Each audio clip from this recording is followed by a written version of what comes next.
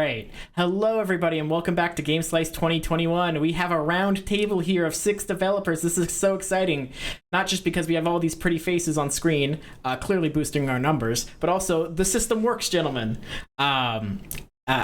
This is going to be a roundtable conversation on a couple topics, but for now, I would like to start with asking you all to introduce yourself. Okay, I guess I'll start. My name is Cedric Louis. I represent Hot Sauce Bread Studios, and we're working on a game called Haste. It's a real-time strategy card game, but it's played in real time. And we're just a 2-person dev over in Ottawa, Ontario.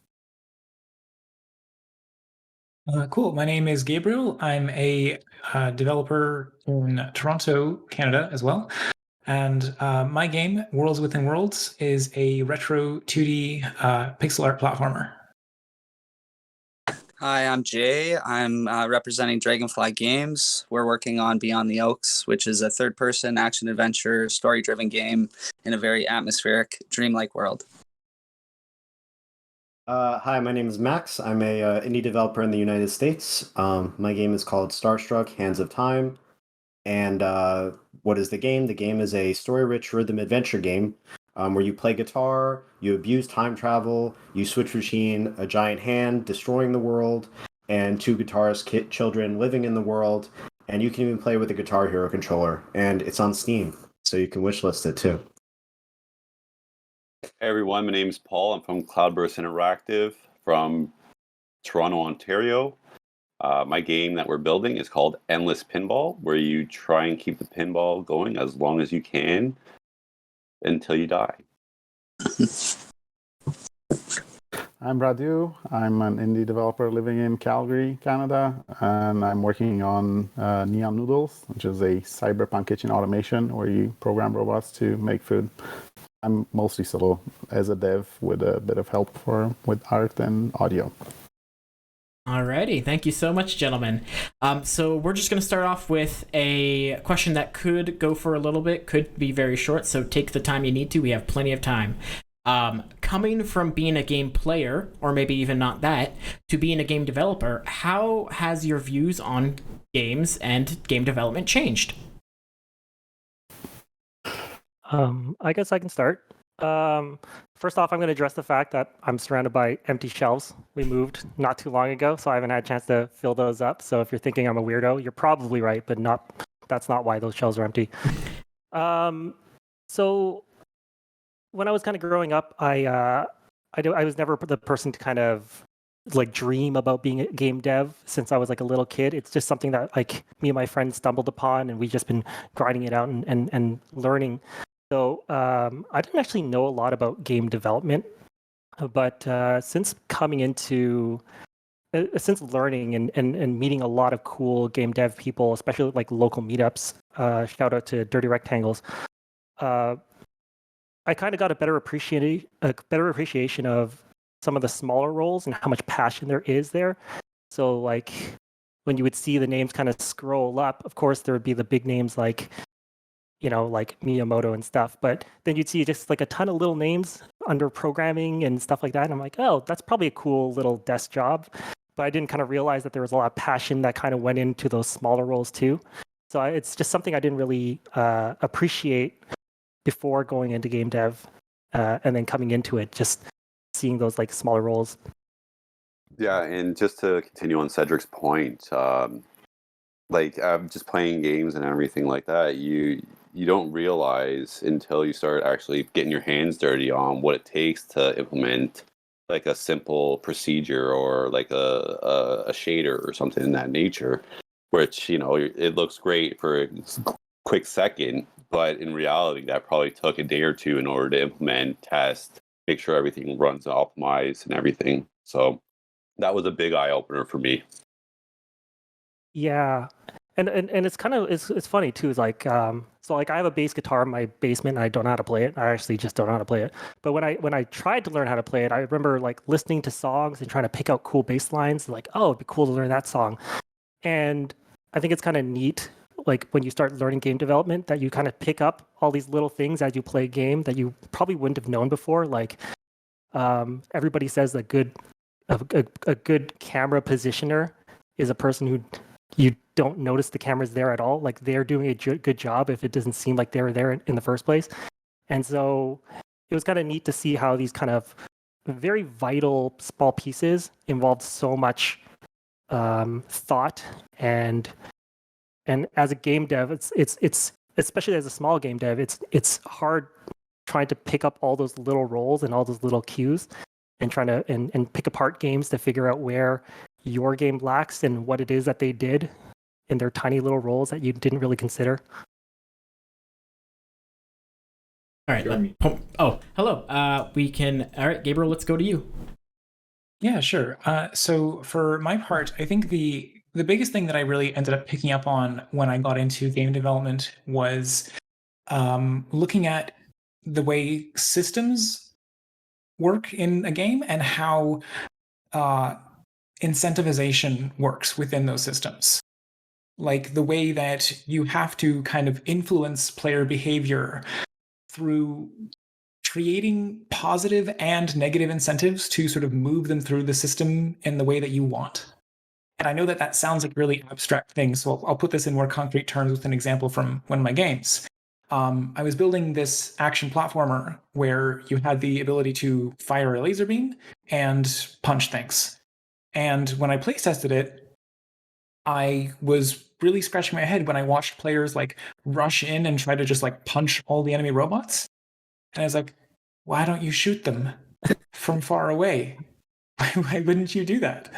But for whatever reason, people were picking up on the visual cue of like maybe the punch looked stronger, even though it was actually weaker than the laser.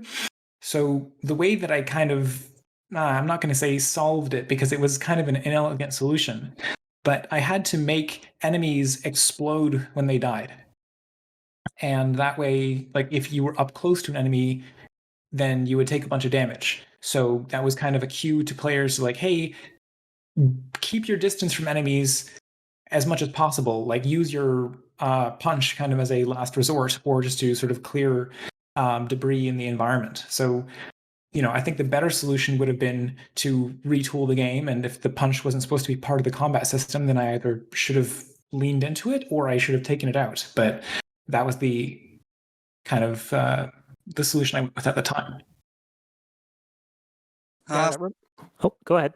Sorry. I was going to say for me, between game development and playing games, hasn't changed a whole lot. But one thing I've noticed is a lot of games that I play are made in Unreal Engine, which I'm using. So as I'm playing, I got like a notebook and I'm writing stuff down. Like, oh, that's how they did that thing, or that's how that happened. And so that's one big thing that I think is a takeaway for me when I'm playing games now. I'm kind of looking at it instead of as a player in the experience, like you're watching a movie or you're playing a game. It's like I'm from the vision of a developer, and it's like, how can I make that? How can I recreate that? How can I change it? So it's more of a director role or from that kind of point of view. Sorry. Go ahead. Okay, I think for me it was the realization like how big the distance is between the initial idea and an actual finished and shipped game. There's like all these steps, and especially the last mile of the game is almost ready, and adding menus and testing and achievements and this and this and this, and it's just it feels like it never ends, and it's just like it's kind of like a miracle that anything actually gets shipped anytime. And along the way, the other realization was like how much smoke and mirrors everything is. It's like all these things that the players never know, and it's just like a bunch of duct tape and some very hacky code that happens to work, and you hope that you never have to touch again. And it's nobody knows. So, well, just to touch on that, that's interesting because like I think when you say like that last mile is kind of a lot more difficult, it's kind of neat to see how like the bad version of it is feature creep, right? It's kind of neat to see how like when you work on a game and you get to a certain point, you realize kind of how it falls short or how you can do something even cooler or how it can kind of branch off. And so like I like just like you, I noticed that it's very difficult to get it from idea to shipping, but it's also interesting to see kind of the twists and turns with development as you kind of keep going, and like and how it kind of extends your original plan and makes you kind of go further. Once you're finished and you look back, you're like, how did this take 2 years? It just seems like a few months worth of work. But when you spread it out and just all the learning along the way and finding out where the game wants to go, it takes so much time. And I was always surprised how aggressive you have to be on scoping, because even the smallest game that you can imagine, it's still too big. It's always too big. That's the, yeah. Off to Mr. Starstruck down at my bottom left. Yeah. Okay, awesome. Go for it. So, what I'll say might be a little controversial. So I'm curious what you all will, whether you'll agree or disagree. But one thing that might be obvious more to people who have worked in games than not is how special the game industry is in terms of how few gatekeepers there are, right? Like, look at movies, TV, music. Is there any meaningful indie aspect to those industries? Not really, right? But if you look at games, indies are a major part of it, right? And for example, one of my family members, she's in the film industry, and in the film industry, if you want to start to even think about doing creative work, you need to spend like multiple years, maybe even multiple years searching for a job. But then once you find that job is actually just being an executive assistant for someone, where you're like picking up their laundry. And then years after that, maybe you can think about doing something creative, right? And in the past, music and film, maybe they were more like the game industry. Something called art house cinema existed at one point in history. But somehow, and they were able to make a sustainable living, and somehow that went away. So the indie industry seems to be really special in it. If I were a player now, well, I am a player, but as a person now that I think about these things, I think, maybe this is really important to preserve, because it seems to have existed in the film industry and other industries, and it went away. And once it goes away, it can never come back. So one thing maybe I think it'd be interesting if players think about more is how can we protect that? What are some of the transformations happening to the game industry? How might they affect that, right? What are the platforms that are friendliest to indies? How is subscription-based game services? How are they going to affect all of this?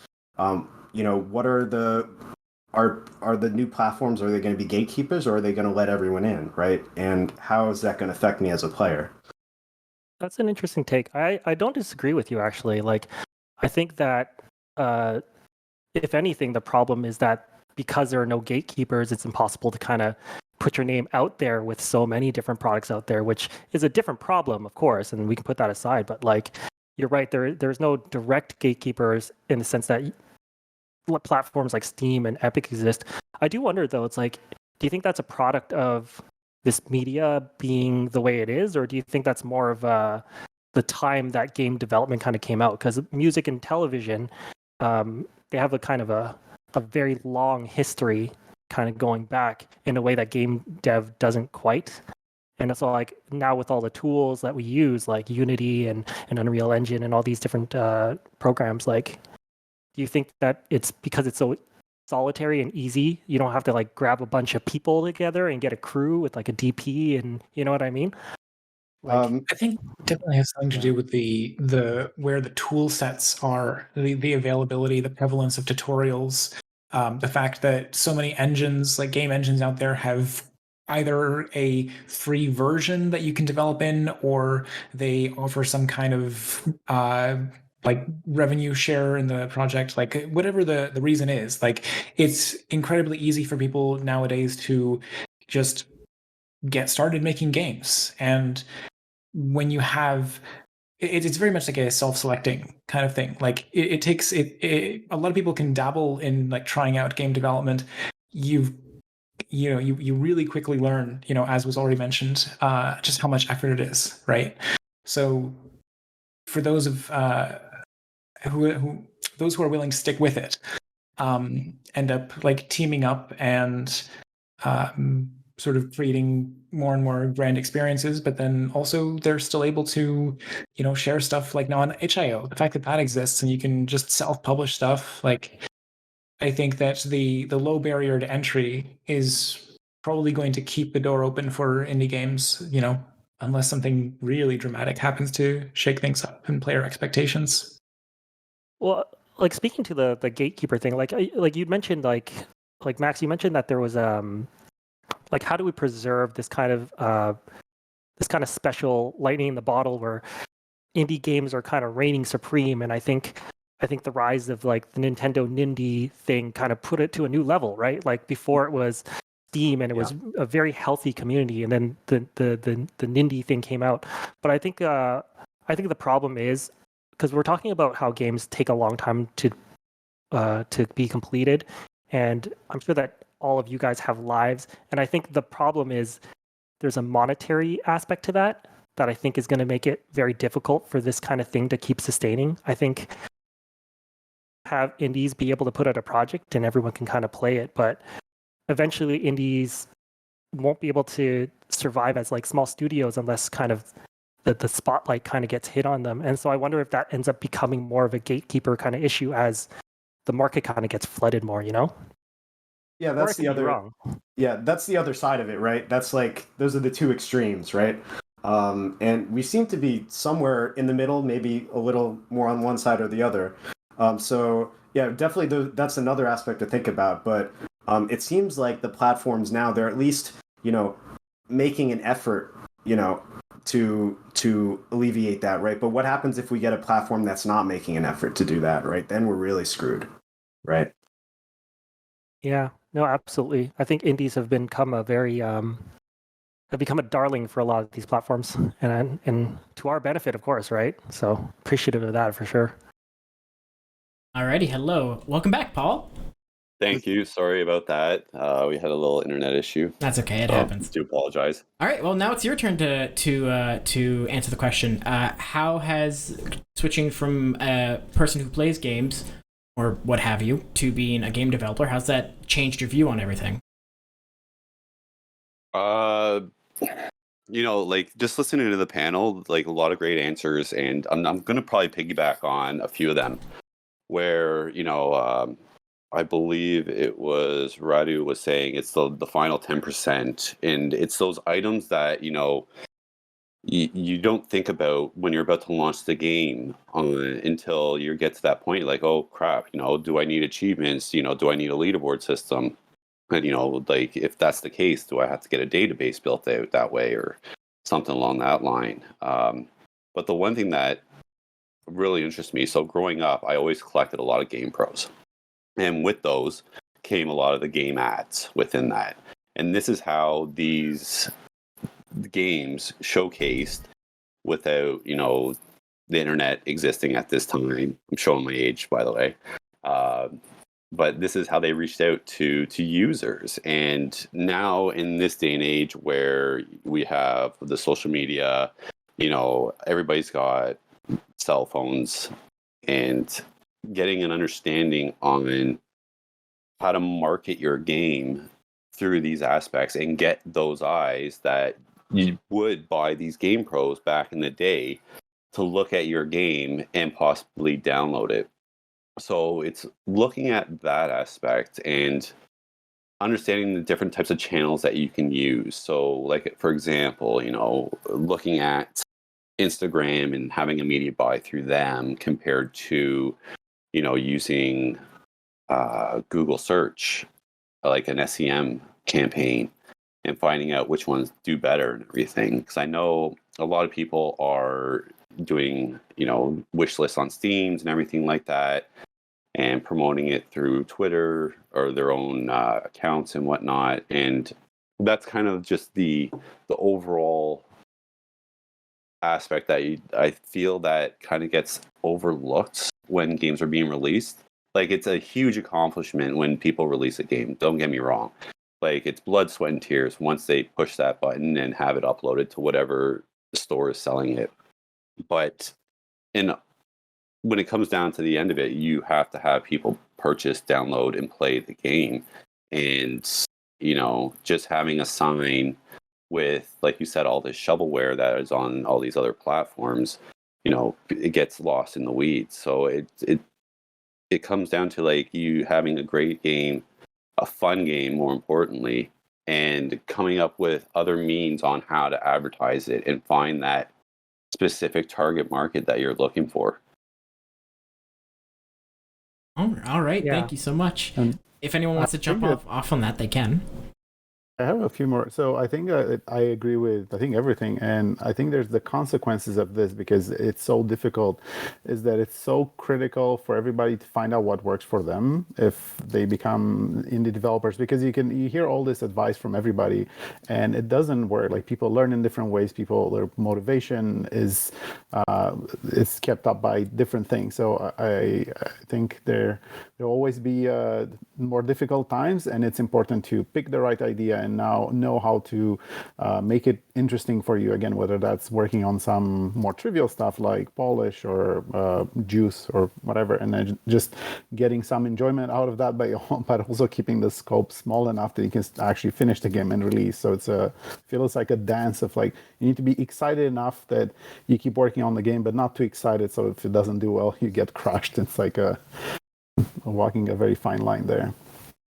Yeah, absolutely. And I think a big part of our conversation is like we're talking about it from like a marketing and even the question before I answered where like gatekeepers, like we can only survive if we have kind of a money flow kind of keeping indie developers alive. Like I don't want to forget about all the people who are developing games as an art form. Like even just like game jams, I spoke to somebody and said, "Oh, so is that something that you like pick a winner?" And he's like, "No. The whole point is that it's an artistic expression, right?" Like, and I don't want to discount that, but like when you're talking about indies to be kind of put out into the mass market and or being advertised out, then yes, that's when you have to start thinking about all these things that you don't really know about. Like anybody has the ability to, like we talked about before, anybody has the ability to watch a few tutorials and get like a very basic thing going. I mean, Nintendo just released a game maker game, right? That's supposed to make things really easy. But there's a difference between like playing around and making a Smash Brothers level and actually trying to publish and release something.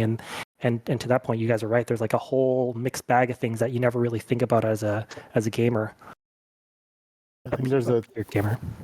I think there's a theme of sustainability, and that goes for like everything from motivation to keeping yourself healthy, because it's very easy to overwork yourself. Obviously, financial sustainability is part of it, and just like iterating, finding out exactly how to achieve all of those. And it's a spectrum from making no money to making a living from games, and people fall all the way in between, and you can have things that keep you sustainable that are not from games, and I think like that's a very valid approach. So.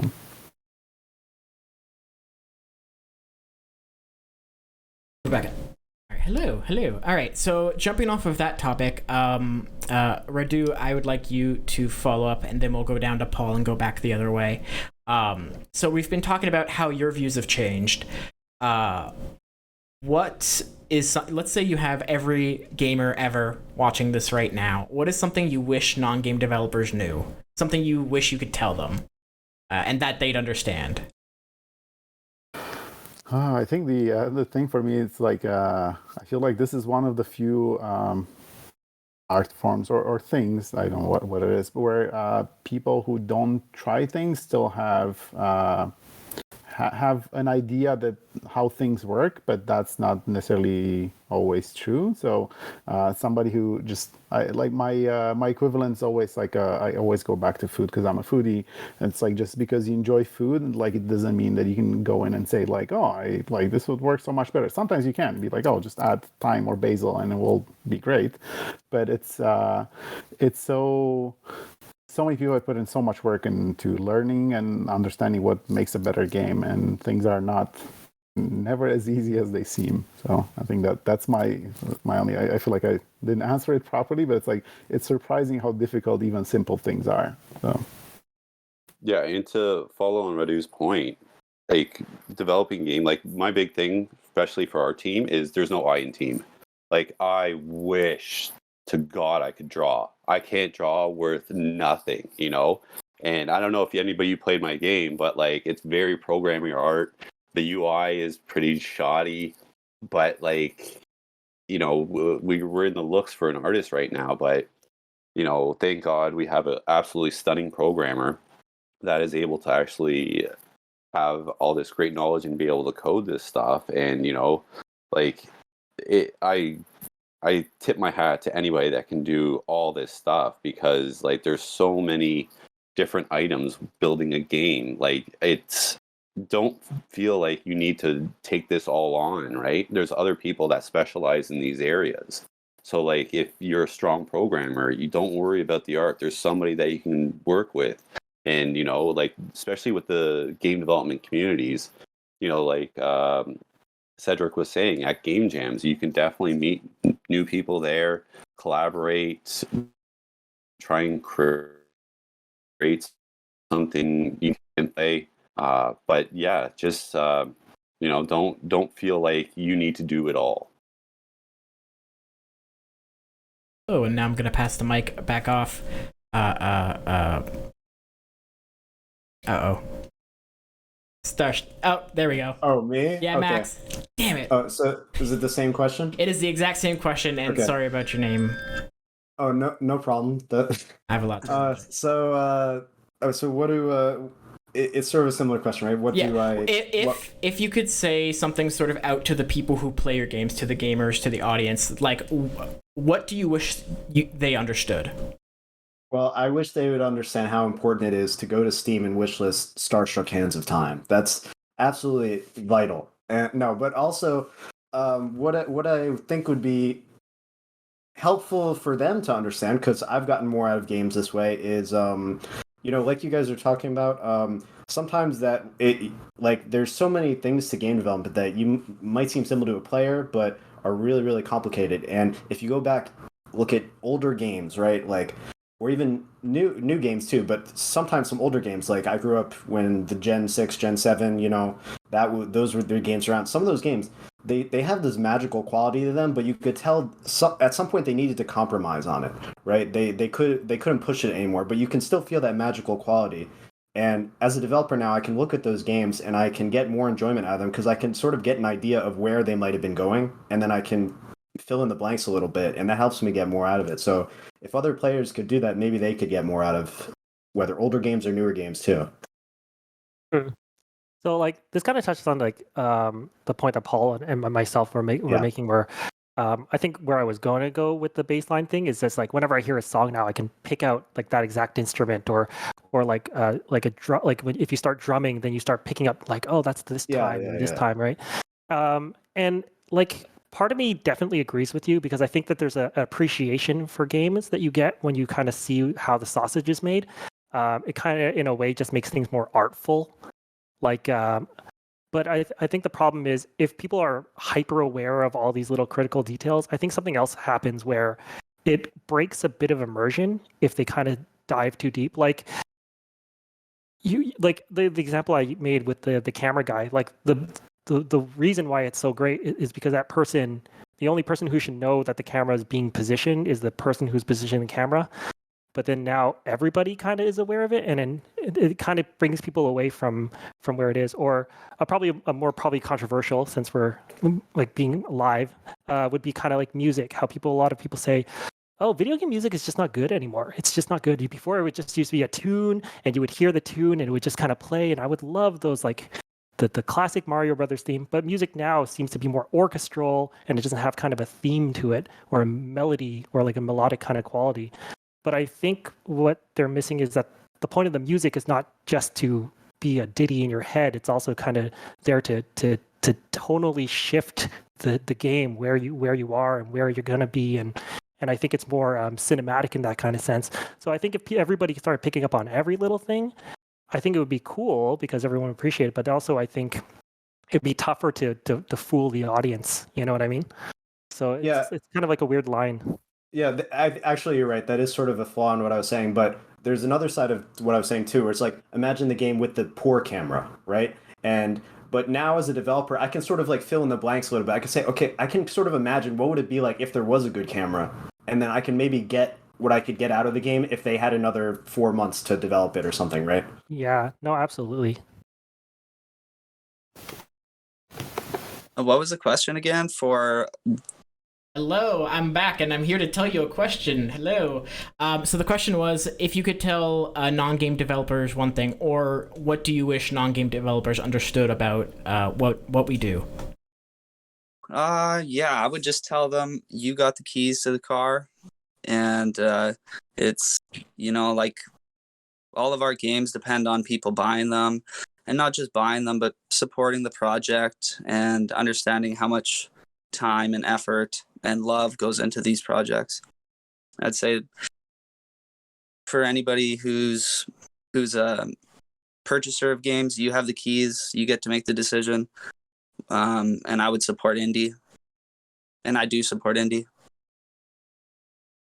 Yeah, the choices players make are actually extremely important. They may not even realize it, but it's actually extremely important. Like, even what they share with their friends, all of that is so important, especially to us indies. Yeah. That's a really great point. It's like we couldn't be here if it wasn't for the little like buttons or the wish list things, and even now, like as much as I'm like trying to be a creative person, like even now I'll like a video and be like, oh, that's really cool, and then like, oh shoot, I forgot to hit like, or hey, that was a really neat game that I saw, and I didn't bother to go to the Steam and hit wish list, which I try to do as much as I can, but there are days where I'm just like, oh yeah, like, and before I was a developer, like, let's be honest, I was not that person. So you're absolutely right. Like, it'd be nice if people knew that. Yeah. Hello, and now Gabriel, it is your turn, my friend. I kind of just came back and don't say that unless you need the question reiterated. No, it's all good. So the one thing that, and I'd like to kind of build off the point that was sort of brought up about the way like games are supported financially, because I think that, I saw some videos discussing like game monetization practices, and we get less of this in the indie space because it's not as easy for us to build in the elaborate, like microtransaction models. So we tend to stick with the more tried and true like premium purchase stuff. But tying into my initial answer to the question, which is I became more aware of the incentive structure that I see in the systems that propagate games. Well, there's a huge incentive for developers to try to recoup as much cost, like as much monetary compensation from their games as possible. While on the other hand, players rather, are getting this incentive to like, what is the least amount of money that I can pay for this? When is this going to go like 90% off on Steam sale? When is this app going to be, this MMO, when is it going to go free to play? This app only costs $1. Why should I pay more for it on another platform? And I feel like there's this increasing tension between what players are willing to pay for a game and what the increasing cost of development that's just like driving projects higher and higher, and like there's going to be a collapse point, I feel, unless we can find a happy medium. So the main thing that I would want players to consider is recognize when a game respects your time and support it. Support the things you love, but if a game is trying to use like psychological tricks like Skinner box techniques or energy systems or any of the kind of junk that used to be kind of exclusive to mobile games and unfortunately bleeding its way into the premium titles that we know and love, like, don't support that, because the games are just going to evolve more in the direction of what works financially to extract value from their players. And I mean, don't we all want games that respect us as players and don't just see us as a like means to an end? I really like your respect time angle, because I feel certain games have problems, especially if they're shorter games, because everything's measured by playtime. And I think that because most players want that, that's something that people are going to add, and then you result in these padded experiences where instead of the game being 2 or 3 hours, it's 5 hours just because of the Steam refund window or whatever reasons, and that makes for an overall worse experience for everybody. It's harder for the developer, it's more annoying to the player that they probably won't get through the entire game because it's not as unique, and it's more obvious in AAA where you have these games that are just like, it's the same. The game could be a quarter of its length and still be maybe too long, and I think like that's the other thing to understand. It's you kind of get what you ask for, but not in the way that you want, if that makes sense. So if you want more content, like more bang for your buck, you're not necessarily going to get the best content. Yeah, it's the whole like dollar per hour mentality. It's the whole idea of like, let's just keep pushing the graphics arms race because that's one of the honestly easiest things to continually improve in games, you know. And it's unfortunate because like that's like all aspects of a game, you know, the programming, the design, the art, the music, the narrative, like all those 5 pillars have to be given equal weight and consideration. I think the best games that we can all think of are the games that have either really excelled in one of those pillars but not completely fallen apart in the other 4, or at the very least maybe been a really good balance of all the pillars put together. And if we just sort of keep conceding to the idea, it's like, well, you know, the flashy images on the you know, the Steam images, and when you're seeing a trailer for a game and it's got like the fancy graphics, well, yeah, of course it's going to grab people's attention, but we have to be willing to look past that as players and look for the quality of the experience on offer. It's interesting. I picked up on something, like, because you said you're talking about how they financially support something. It kind of pushes towards that certain model, like let's say the loot box system, right? That thing came out, and it was pretty neat when it came out, and I think there's there's some value to it, and you know, I might get lamb roasted for that. But like, I think the cool thing about it was kind of like this sense of excitement and stuff. But as soon as it started becoming monetizing, and just like, we'll buy the loot boxes, and there's no actual other way to get it, it kind of ruined that. And it's interesting how, like, I think people who are not in the game, like, they don't have their finger on the pulse of game development.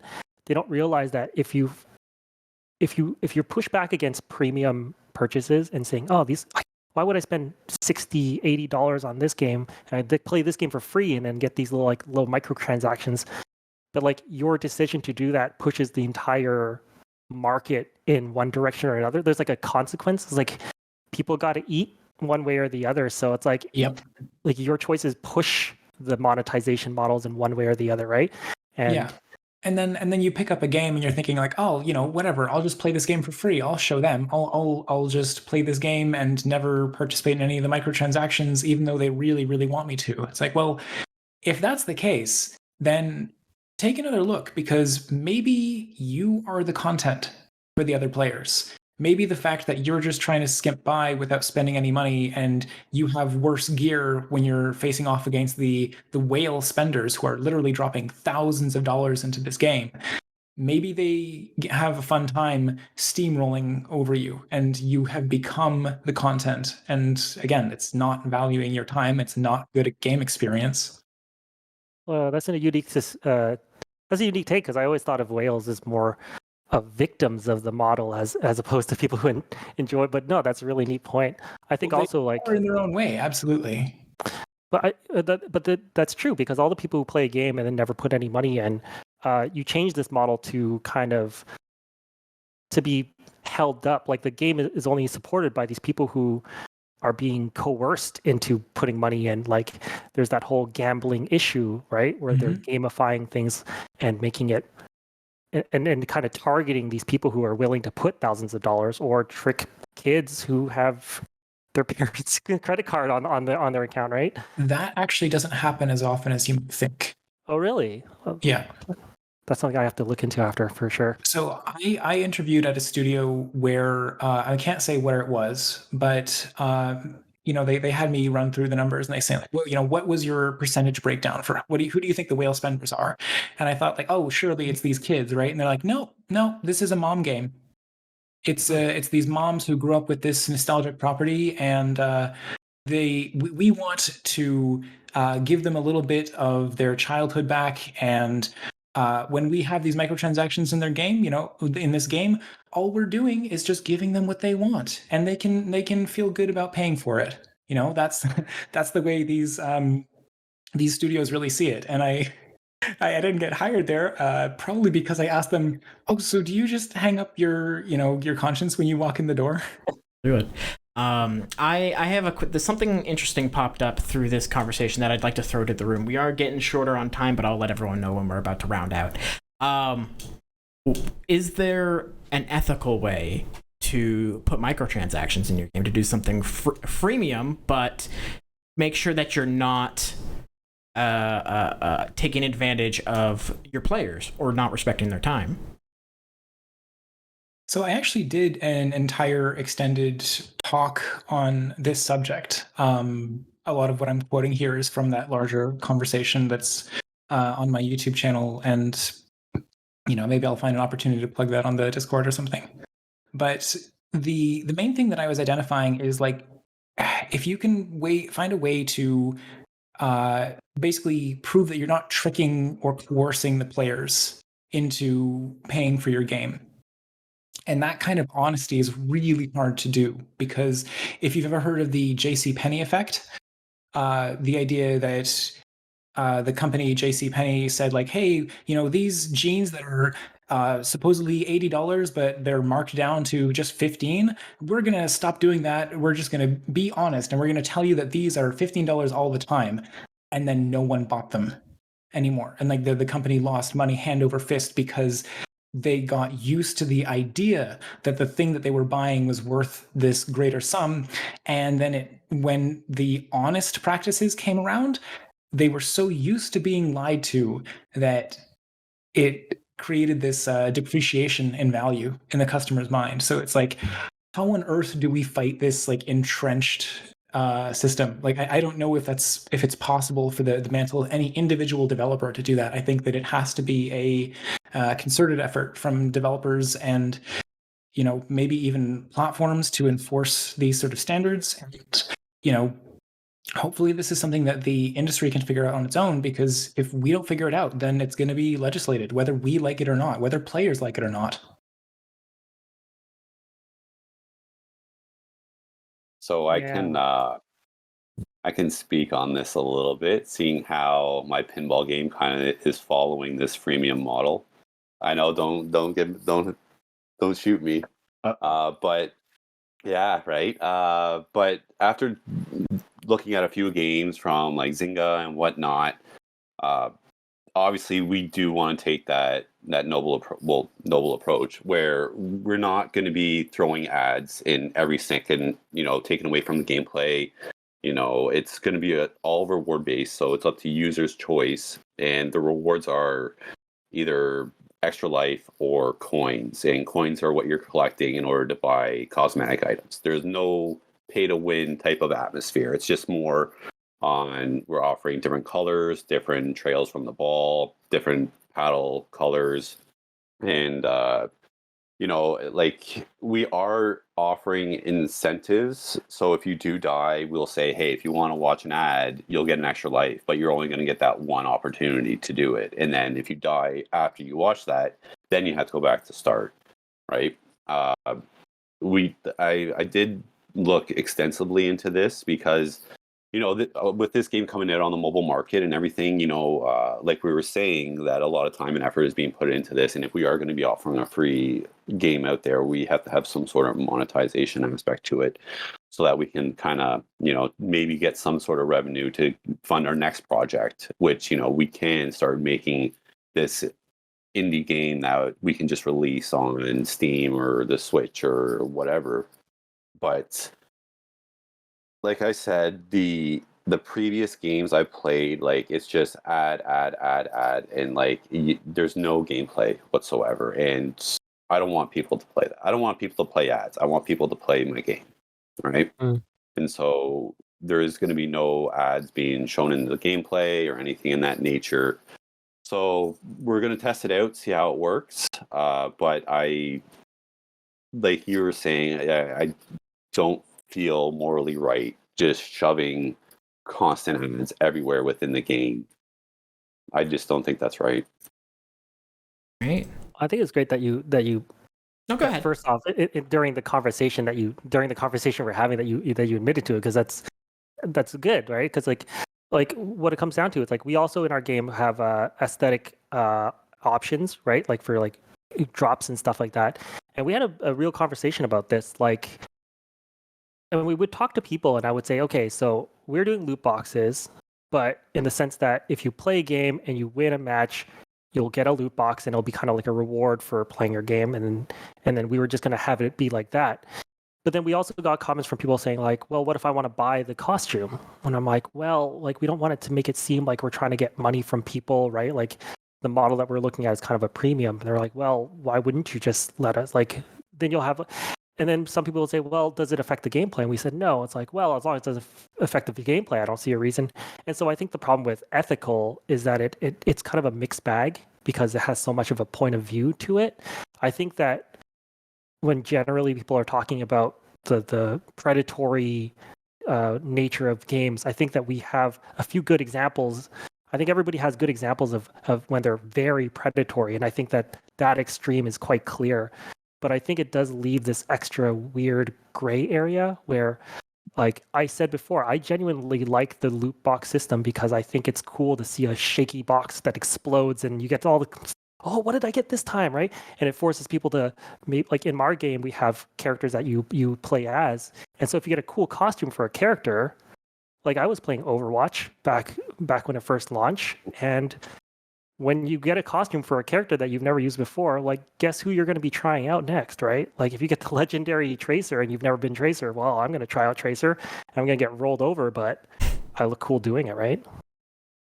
Like you're saying, Cedric, with the people saying that, oh, why can't I just buy this loot box in your game? I think it all kind of revolves around how people are ingesting media in this state, where it's just like, I want this now, I want it now, right? Like you look at Instagram, people are getting news in that sense where it's literally 3 seconds and like, okay, we're moving on, right? So they're not used to like what Gabrielle was saying on, these old games where you actually had to grind it out in order to get these accomplishments. They just like, whatever, here's $2, give me my reward, right?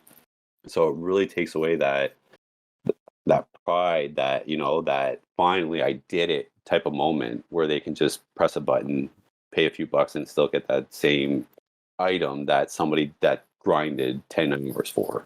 Right? Oh, I mean, don't get me wrong. I hate those kind of games that you have to like grind for the currency to earn it that way because it's all arbitrary. We're the game developers. We know we're the ones filling out the spreadsheet.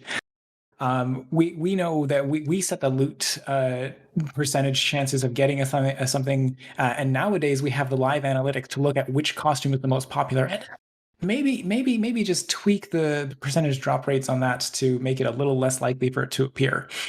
And I think that ultimately all of this stuff is going to end up detracting from the nature of the games themselves. Like when the entire game is built on this foundation of how can we extract value from our users rather than how can we just make the most fun game possible, how does that not motivate every single decision that you're making? It all goes back to that incentive system that I started talking about, which is just if the developer's motivation is to make money rather than make art, how do you balance games as a business? And I don't have an answer. I acknowledge that I'm bringing up these very like esoteric, and it's like, oh, it's all well and good for me to say this because I don't participate in games that are on mobile, and I don't participate in games that have these sort of microtransactions in them. And I don't mean to be accusatory because I understand that we're all trying to support businesses and we're all trying to make games the way that we have to support them the way that we see is the best fit for these projects. So, yeah, it's an insanely difficult problem to tackle, and I really don't fault anyone for participating in what admittedly works and works really well. Alrighty, so this conversation's going like you guys are going for it, and I really want to let it keep going, but we do have a time slot. So what I would actually recommend is, if you guys want, we do have some open channels that you can hop into and continue this conversation, not just with each other, but with other developers if they so choose. Before we head out, just really quick, I would love to go around the table, starting with Cedric. I'm gonna look up. Whatever. Starting with Cedric, where can people find your game? You can go to hastegame.com. You can also check us out on the Steam and give us a cool wish list. As we have discussed, it would help us out a lot. Hastegame.com. All right, Gabriel? So my game is Worlds Within Worlds. You can find it on my itch.io page. So bluishgreenpro.itch.io, also dropped a link in chat. Dragonfly Games on Instagram, Facebook, Twitter, and the game is Beyond the Oaks. Same thing on all social media, and we have a website. I've already plugged my game multiple times throughout this roundtable somehow, but you can go onto Steam and search for Starstruck Hands of Time. There's a demo. It's a pretty generous demo, and you can wishlist it. So if you like rhythm games, check it out. You can find my game under the Cloudburst Interactive channel in this Discord. I highly recommend playing it, and I would love to hear some feedback as well. But as for finding it, it'll probably be hopefully on mobile late next year sometime. All right. We'll see.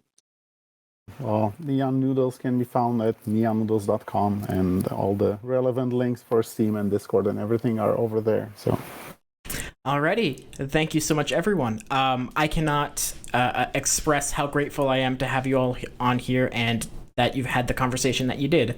I'm 100% serious. I super appreciate it, you guys. For everyone in Twitch chat, we have thrown you some social media links for all of our developers as well. If you're going to be lazy and not go search for them.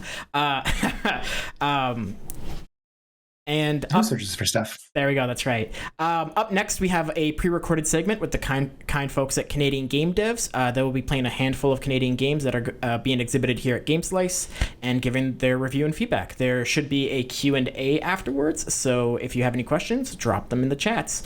Once again, guys, thank you so much. One last thing, big shout out to Eric for monitoring this. Thank you so much. Really appreciate everything you guys have done for the Game Slice 2021. So thank you. thank you. Thanks, Eric. Bye.